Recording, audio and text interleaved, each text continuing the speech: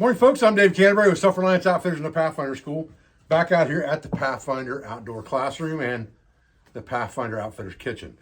What I thought we'd do today is talk a little bit about these cold handle skillets. And these cold handle skillets are skillets that have been manufactured since the mid 1800s, early 1800s. 1821 is about the earliest manufacturing date I can find. All the way up to the 1950s and into the modern era, there was a company that was still making these skillets. However, most of the ones you find around are fairly old, somewhere around 1900 to 1920-ish. In that era is where you usually find these skillets is from. This one is a cold handle by L&G Manufacturing in New York. They quit manufacturing skillets about 1920-something, I believe. So that tells you that anything that says L&G on it or cold handle on it is probably around that time frame. Now, these skillets are great camp skillets. I've been using these skillets for years and years, all the way back to my reenacting days in the 1990s. I've used them in several videos. My buddy Sean Kelly has been using them a lot in videos lately as well. I gave him the first one that he had as a Christmas gift a few years ago, and he's bought several since then. He enjoys them as well as I do. I've been selling quite a few of these on my Etsy because they're difficult to find, and once you do find them, they have to be cleaned up and they have to be serviceable again to use them. This is one that needs to be reseasoned, and it's a cold handle. I have one here that says Banner on it, and there's lots of different brands of these skillets. And this one's pretty good shape right now. It just needs a little bit of touch-up work, but this one's probably serviceable to cook in as is. This one here has virtually no seasoning on it. This one is a National. It has virtually no seasoning on it left whatsoever. And then there's another cold handle L&G 39 right here. Again, it needs to be cleaned up. It's got some rust on it, and it's not seasoned anymore. And then I have a couple down here on the bottom, and you find this a lot. These actually have been painted. This one's a cold handle, or I'm sorry, this one's an Acme, which is dated, got a patent date of 1876 on it.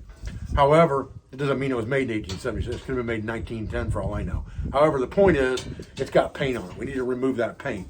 So I wanted to talk a little bit in this video about reviving these skillets and how to revive these if you find one. If you buy one off my Etsy store, it's already going to be ready to use when you buy it.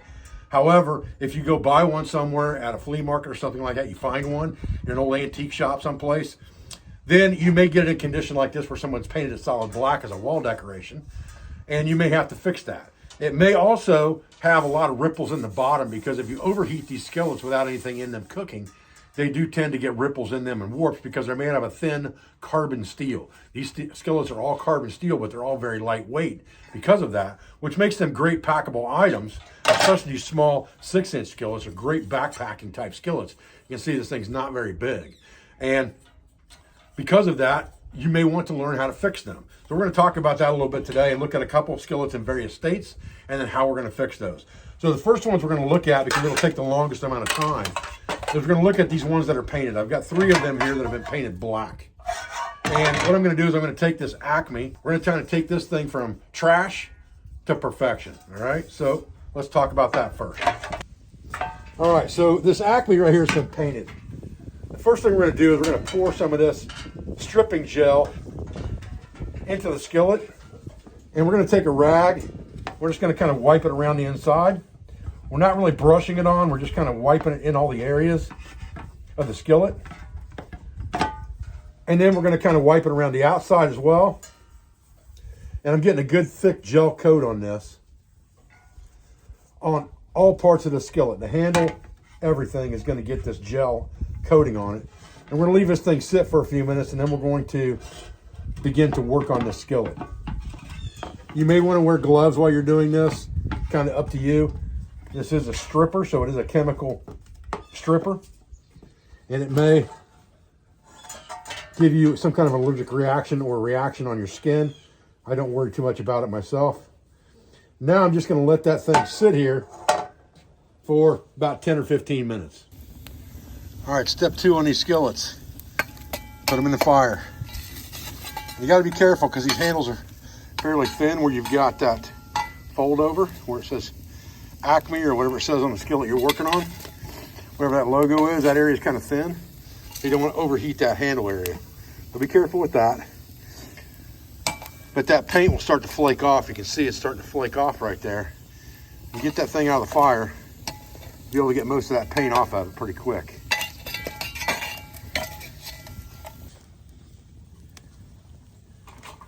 Now, the skillets that just have rust and just need to be re-seasoned, I just use baking soda and water here. And I'm keeping the water fairly warm. And I'm just gonna get in here and scrub this thing out really good and get any crud and rust off the surface. Get a clean surface to work with. If there's something in there that won't come out with a scrub pad, then I'll put that dude in the fire.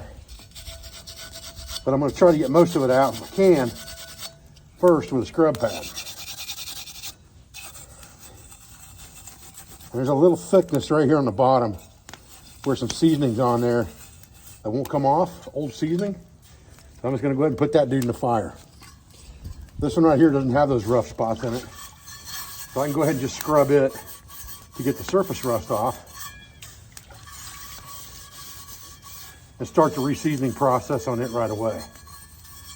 Then we're gonna go to these ones that have had paint in them. So dip them in that warm baking soda water. You can see when we scrub that off of there, we're gonna be down to bare metal.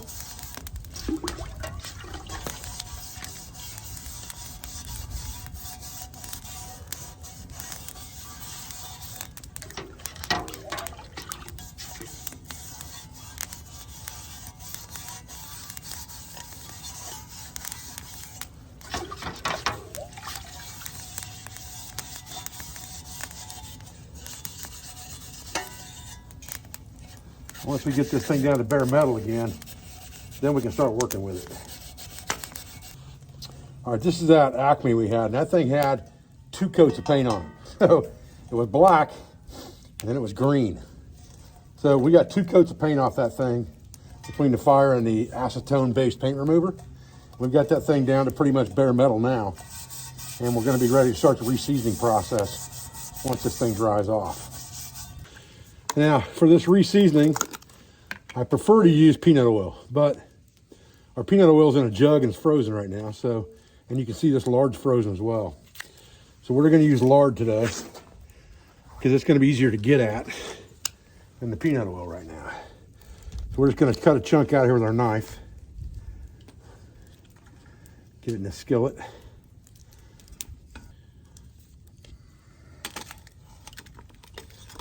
Okay, now back to the fire we go.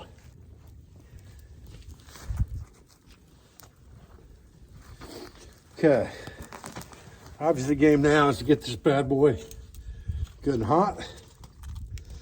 Get this oil right to the smoke point. Then we can start to reseason the skillet. Roll that oil around in there a little bit while you're heating the things up. You don't want this oil to catch fire when you're doing this. That's the key. Just keep rolling it around in there. As it heats up, you'll start to see it changing the color of that skillet a little bit. And that seasoning will be happening.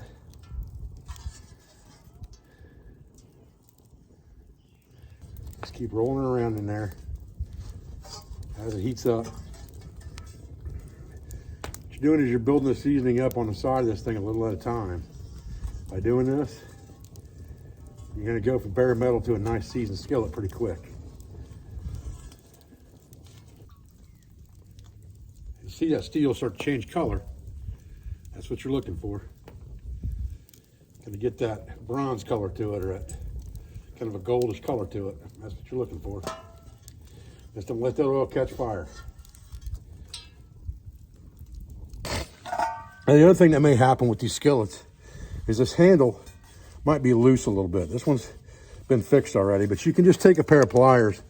You can see that that handle is just crimped by a machine around this metal.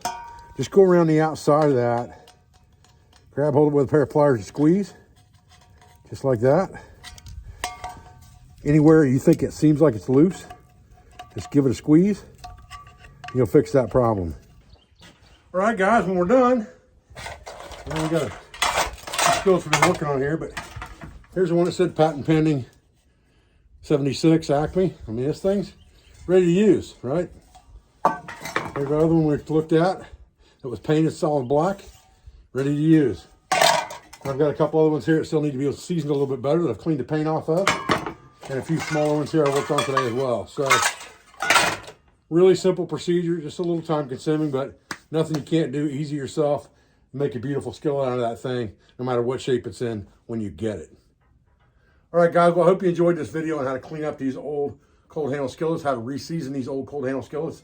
I love them. They work really well. They're a nice piece of nostalgia to have in your kit if you're doing some kind of a retro camp experience of some kind. I appreciate your views. I appreciate your support. I thank you for everything you do for our school, for our family, for our business, all our sponsors, instructors, affiliates, and friends. I'll be back to another video as soon as I can, guys. Thanks.